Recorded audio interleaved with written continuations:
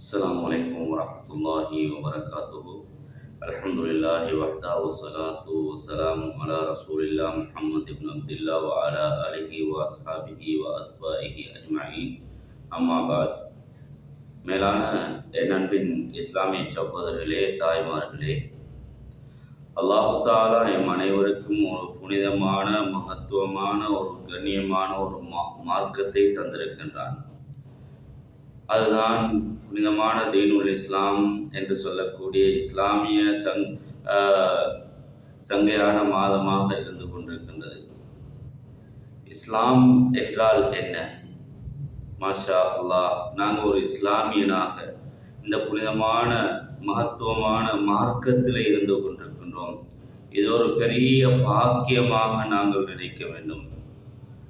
இந்த மனிதனை இந்த புனிதமான மார்க்கத்தை அழகுபடுத்துவதற்காக இஸ்லாத்தின் பலவிதமான அடையாள சின்னங்களை அல்லாஹ் எங்களுக்கு அறிமுகப்படுத்தி தந்திருக்கின்றான். அதற்கு அரபியிலே சொல்வார்கள் ஷஆஇருல் இஸ்லாம், இஸ்லாத்தின் அடையாள சின்னங்கள் என்று சொல்லுவார்கள். முதலாவது அல்லாஹ் காபத்துல்லாவை கட்டிவிட்டு, அதாவது முதலாவது இப்ராஹிம் அலைஹிஸ்ஸலாத்து வஸ்ஸலாம் அவர்களுக்கு சொன்ன வார்த்தை என்ன தெரியுமா? வஅذின் ஃபின்னாஸி பில் ஹஜ்ஜி அத்தூக ரிஜாலன். நீங்கள் இப்ராஹிமை, நீங்கள் காபத்துல்லாவை கட்டிவிட்டீர்கள், நீங்கள் இப்பொழுது மக்களை அழைக்க வேண்டும், வஅذின் அழையுங்கள் என்பதாக சொன்னான் அல்லாஹ் தஆலா இப்ராஹிம் அலைஹிஸ்ஸலாத்து வஸ்ஸலாம் அவர்களுக்கு. அந்த அடிப்படையில் அவர்கள் அழைத்தார்கள். மாஷா அல்லாஹ், சாரியாக அன்று செய்த விடயம் இன்று வரைக்கும் எந்த அளவுக்கு மக்கள் அந்த காபத்துல்லாவை நாடி ஹஜ் செய்வதற்காக, உம்ரா செய்வதற்காக வருகை தருகின்றார்கள், செல்லுகின்றார்கள் என்று நாங்கள் ஒவ்வொருவரும் ஒரு கணம் சற்று சிந்தித்து பார்க்க வேண்டும். கண்ணியமானவர்களே, அந்த ஷஆஇருல் இஸ்லாம் என்ற அடிப்படையில் ஒரு விடயத்தை நான் இன்று பேசுவதற்கு வருகின்றேன். அதாவது எங்களுடைய மாஷா அல்லாஹ் அந்த ஊரில் முஸ்லீம்கள் இருக்கின்றார்கள், ஒரு கிராமத்தில் முஸ்லீம்கள் இருக்கின்றார்கள் என்பதற்குரிய அடையாள சின்னம் என்ன தெரியுமா? பள்ளி வாயில் அங்கே இருக்கும். அந்த பள்ளி வாயிலே 5 நேரமும் அதான் ஒலிக்கப்படும். இது மாபெரும் அடையாள சின்னமாக இருந்து கொண்டிருக்கின்றது.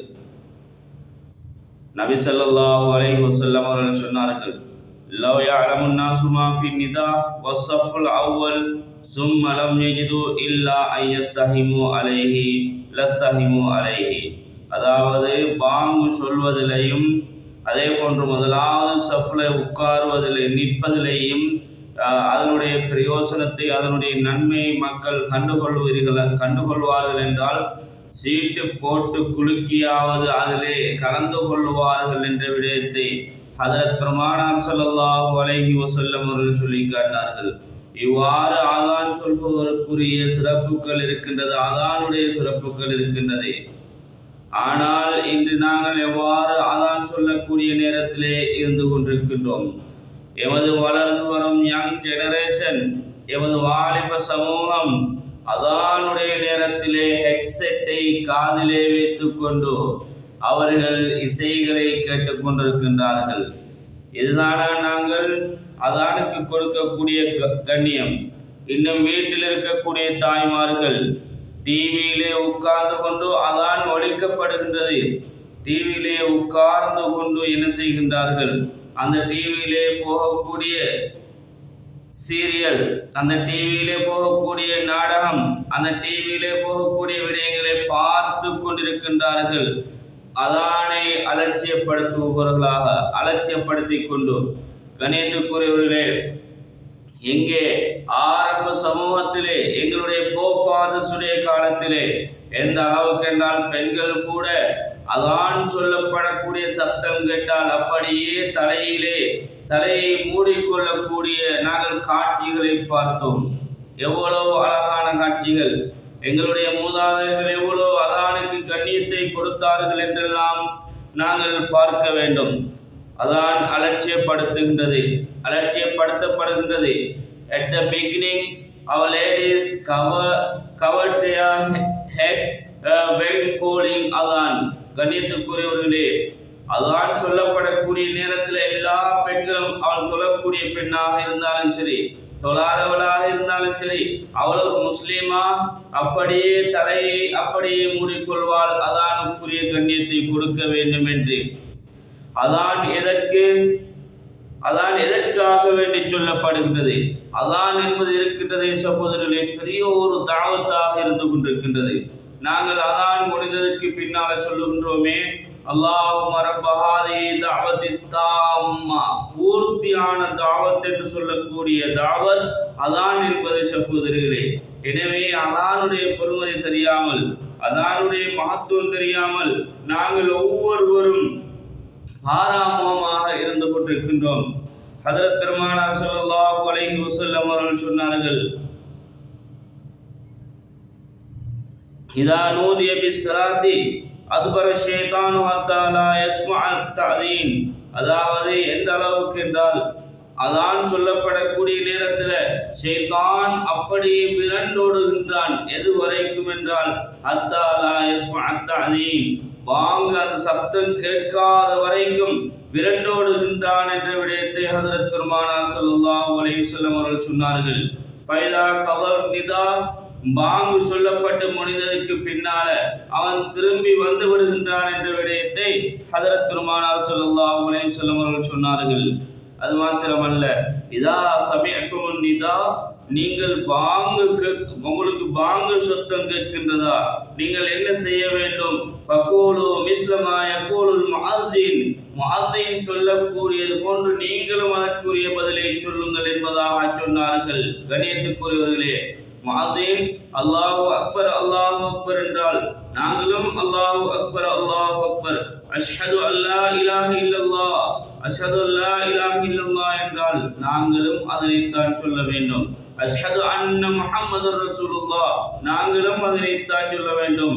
ஹய்யா அலஸ் ஸலாஹ் ஹய்யா அலல் ஃபலாஹ் என்று சொன்னால் அதற்கு பதில் நாங்கள் வேறையாக சொல்ல வேண்டும்.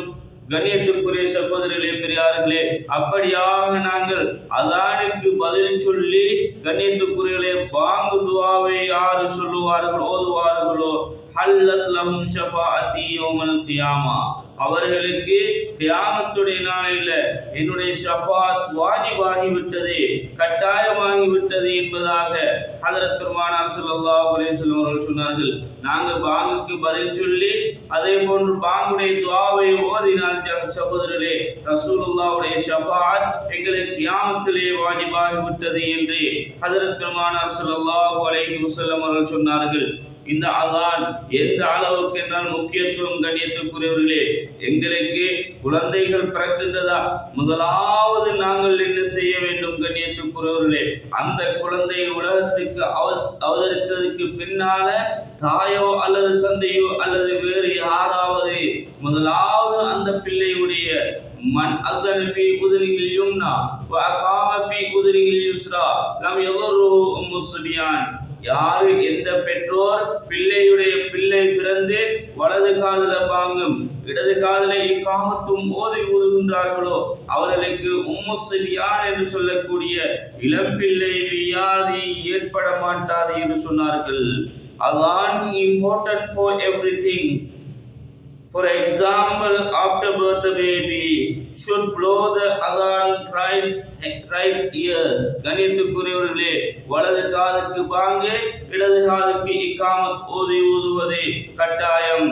அது மாத்திரமல்ல, நாங்கள் இம்பார்ட்டன்ட் ஃபார் எவ்ரிதிங், அதாவது எந்த விடயமாக இருந்தாலும் சரி, எந்த காரியமாக இருந்தாலும் சரி, நல்ல காரியங்களுக்கு நாங்கள் அதானை சொல்லுவது சிறந்தது என்று ஃபுகஹாக்கள் உலமாக்கள் சொல்லுகின்றார்கள். கண்ணியத்துக்குரியவர்களே, ஒருவர் புதிதாக ஒரு வீட்டுக்கு குடி போக போகின்றாரா, அல்லது புதிதாக ஒரு கடையொன்று திறக்க போகின்றாரா, அல்லது புதிதாக ஏதாவது ஒரு நல்ல ஒரு தொழில் ஆரம்பிக்க போகின்றாரா, முதலாவது நாங்கள் அந்த இடத்துல அல்லாஹ்வை பற்றி பேச வேண்டும்.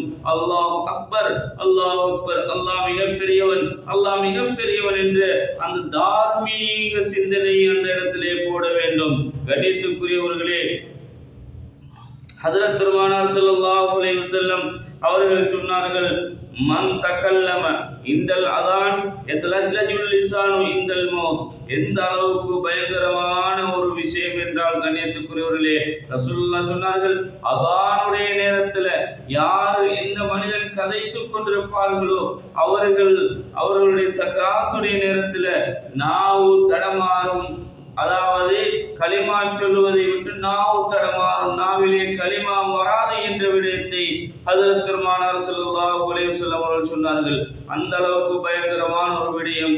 இன்று நாங்கள் உதாசீனப்படுத்துகின்றோம். அதான் சொல்லக்கூடிய நேரத்துல குர்ஆன் ஓதிக்கொண்டிருந்தாலும் கூட கண்ணியத்துக்குரியவர்களே, அதனை நிறுத்திவிட்டு குர்ஆன் கூட ஓத முடியாது.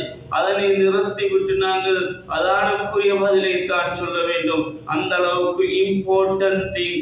We should reply to அதான் கண்ணியத்துக்குரியவர்களே, நாங்கள் கட்டாயம் அதானுக்கு ரிப்ளை மறுமொழி கொடுக்க வேண்டும். அந்த நேரத்தில் எந்த பேச்சுக்களை ஆரம்பித்தாலும், திருமண விடயமாக இருந்தாலும் வேறு என்ன விடயங்களாக இருந்தாலும், பள்ளி வாயில் ஒரு மீட்டினா, அதே போன்று பள்ளி வாயில ஏதாவது ஒரு பேச்சுவார்த்தையா, எந்த விடயங்களாக இருந்தாலும் அதான் சொல்லப்படக்கூடிய நேரத்தில் அந்த பேச்சுவார்த்தை, திருமண பேச்சுவார்த்தை, ஏனைய பேச்சுவார்த்தைகள் அனைத்தையும் நிறுத்திவிட்டு நாங்கள் அந்த அதானுக்கு பதில் சொல்ல வேண்டும். இல்லை என்றால் கண்ணியத்துக்குரியவர்களே, அந்த சக்கராத்துல எங்களுடைய நாவுல களிமா வராமல் நாவு தடமாறும் என்பதாக சொன்னார்கள். அது மாத்திரமல்ல, அத்துஆஉ லா யுரத்து பைனல் அதான் வல் இகாமா. இகாமத்துடைய நேரமும் அதானுடைய நேரமும் இருக்கின்றதே ஒரு 10-15 நிமிடங்கள் தான். அந்த நேரத்தில் எங்களுடைய துஆ மறக்கப்பட மாட்டாது என்பதாக சொன்னார்கள்.